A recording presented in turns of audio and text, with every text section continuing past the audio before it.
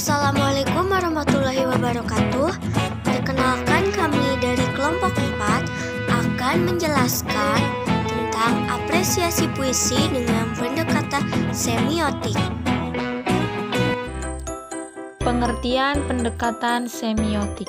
Secara etimologis, istilah semiotik berasal dari bahasa Yunani, yaitu semeion, yang berarti tanda, atau sig dalam bahasa Inggris. Menurut Kinayanti Djojo Suroto, tahun 2005, halaman 68, semiotik merupakan ilmu yang mengkaji hal-hal yang berkaitan dengan komunikasi dan ekspresi. Sedangkan menurut Suwardi Endraswara, tahun 2013, halaman 35, semiotik adalah studi tentang tanda dan cara tanda-tanda itu bekerja. Secara lebih luas, Eagleton dalam Kinayanti Djojo Suroto tahun 2005 mengemukakan bahwa semiotik berarti ilmu tanda-tanda atau sigen secara sistematik. Semiotik menunjuk bidang kajian khusus, yaitu sistem secara umum dipandang sebagai tanda seperti puisi, rambu-rambu, lalu lintas, dan nyanyian burung. Dalam implementasinya, semiotik biasanya juga menggunakan metode struktural. Nah, berdasarkan beberapa pendapat di atas, dapat disimpulkan bahwa semiotik adalah ilmu yang mempelajari tanda-tanda dalam suatu bidang kajian atau sistem yang dianggap sebagai sesuatu yang memiliki tanda. Sesuai uraian di atas, bahwa pokok perhatian semiotik adalah tanda. Tanda adalah kesatuan dari suatu bentuk penanda dengan sebuah ide atau petanda. Dengan kata lain, penanda adalah bunyi yang bermakna atau coretan yang bermakna. Jadi, penanda adalah aspek material dari bahasa, yaitu apa yang dikatakan atau didengar dan apa yang ditulis atau dibaca. Sedangkan petanda adalah gambaran mental, pikiran, atau konsep. Jadi, petanda adalah aspek mental dari bahasa. Sehingga dapat disimpulkan bahwa penanda adalah aspek material, sedangkan petanda adalah konsep mental. Jenis-jenis tanda menurut hubungan petanda dan penanda. Icon, yaitu adanya kemiripan antara acuannya dengan tanda. Misalnya foto, merupakan gambaran langsung dari orang yang dipoto. Icon ini dibedakan menjadi dua, yaitu icon tipologis dan icon metaforis. Indeks, yaitu adanya hubungan atau kedekatan eksistensial antara acuannya dengan tanda. Penanda merupakan akibat dari petanda, hubungan sebab akibat. Simbol, yaitu adanya persetujuan antara pemakai tanda dengan acuannya yang telah terbentuk secara konvensional. Misalnya, bahasa yang terbentuk secara konvensional yang meliputi hubungan kata dengan artinya. Ada 3 macam simbol, yaitu simbol pribadi, simbol pemufakatan, dan simbol universal. Pendekatan semiotik dalam karya sastra.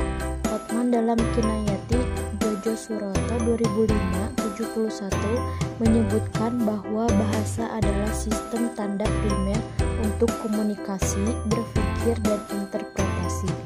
Dan sastra merupakan tanda sekunder, merumuskan pemikiran dalam bentuk tanda bahasa secara artistik.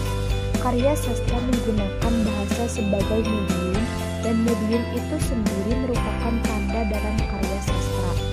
Dengan kata lain, bahasa sebagai medium karya sastra merupakan sistem semiotik atau ketandaan, yaitu sistem ketandaan yang mempunyai arti yang berdasarkan atau ditentukan oleh konvensi perjanjian masyarakat. Karya sastra sebagai tanda ditandai oleh beberapa komponen yang sekaligus membentuk tanda itu. Komponen tersebut adalah pencipta, karya sastra, membaca, kenyataan dalam semesta, sistem bahasa, konvensi sastra, variasi bentuk karya sastra, dan nilai keindahan. Bahasa yang merupakan sistem tanda yang kemudian dalam karya sastra menjadi mediumnya itu sistem tanda tingkat pertama. Dalam ilmu-ilmu tanda-tanda atau semiotik, arti bahasa sebagai sistem Tanda tingkat pertama itu disebut meaning arti. Karya sastra itu juga merupakan sistem tanda yang berdasarkan konvensi masyarakat sastra.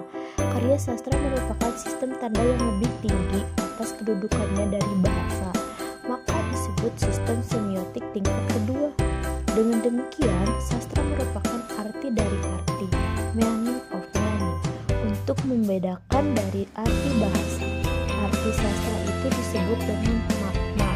Meskipun sastra itu dalam sistem semiotik tingkatannya lebih tinggi daripada bahasa, namun sastra tidak dapat lepas pula dari sistem bahasa. Dalam arti, sastra tidak dapat lepas sama sekali dari sistem bahasa atau konvensi bahasa. Hal ini disebabkan oleh apa yang dikemukakan, yaitu bahasa sudah merupakan sistem tanda yang mempunyai arti berdasarkan konvensi tertentu. Apresiasi puisi dengan pendekatan semiotik. Dalam sastra, semiotik menjadi salah satu istilah untuk pendekatan. Pendekatan semiotik adalah pendekatan yang bertolak dari pandangan bahwa semua yang terdapat dalam karya sastra merupakan lambang-lambang atau kode-kode yang mempunyai arti atau makna tertentu. Arti atau makna itu berkaitan dengan sistem yang dianut. Oleh karena itu, pengetahuan tentang kehidupan masyarakat tidak dapat diabaikan dalam menganalisis karya sastra dengan pendekatan semiotik ini. Puisi atau sajak secara semiotik, seperti telah dikemukakan, merupakan struktur tanda-tanda yang bersistem dan bermakna ditentukan oleh konvensi. Memahami sajak tidak lain dari memaknai sajak. Menganalisis sajak adalah usaha menangkap makna sajak. Makna sajak adalah arti timbul oleh bahasa yang disusun berdasarkan struktur sastra menurut konvensinya, yaitu arti yang bukan arti semata-mata hanya arti bahasa, melainkan berisi arti tambahan berdasarkan konvensi sastra yang bersangkutan. Dengan demikian, teranglah bahwa untuk mengkaji puisi atau sajak diperlukan analisis semiotik. Mengingat bahwa sajak itu merupakan struktur tanda-tanda, namun analisis semiotik itu tidak dapat dipisahkan dari analisis struktural, dan sebaliknya, bagian-bagian unsur-unsur karya sastra itu mempunyai makna dalam hubungannya dengan yang lain dari keseluruhannya. Oleh karena itu, strukturnya harus dianalisis dan bagian-bagiannya yang merupakan tanda-tanda yang bermakna di dalamnya harus dijelaskan. Contoh analisis puisi dengan pendekatan semiotik. Untuk menjelaskan analisis puisi dengan menggunakan pendekatan semiotik, di bawah ini merupakan beberapa contoh analisis puisi. Doa yatim piatu, Shirley Malinton. Tuhan, beri aku mama. Tuhan, beri aku papa. Amin. Menurut Burhan Nurgiantoro 2013, puisi doa yatim piatu Shirley Malinton menggunakan pilihan kata yang sederhana, namun justru karena kelugasan dan kepolosannya yang mencerminkan dunia anak sehingga menjadikan puisi itu indah. Puisi tersebut merupakan ratapan seorang bocah yatim piatu yang tidak memiliki ibu dan bapak. Tidak ada yang paling diinginkan oleh seorang bocah yatim piatu selain ibu dan bapak. Puisi itu berhasil mendialogkan makna yang banyak sekaligus mengharukan lewat kata-kata yang amat efisien, lewat kacamata bocah yang lugu tanpa kepura-puraan. Puisi itu mampu menyentuh perasaan yang paling dalam. Pembaca anak dan orang dewasa ikut merasakan simpati dan empati kepada anak-anak yang tidak lagi memiliki ibu dan bapak.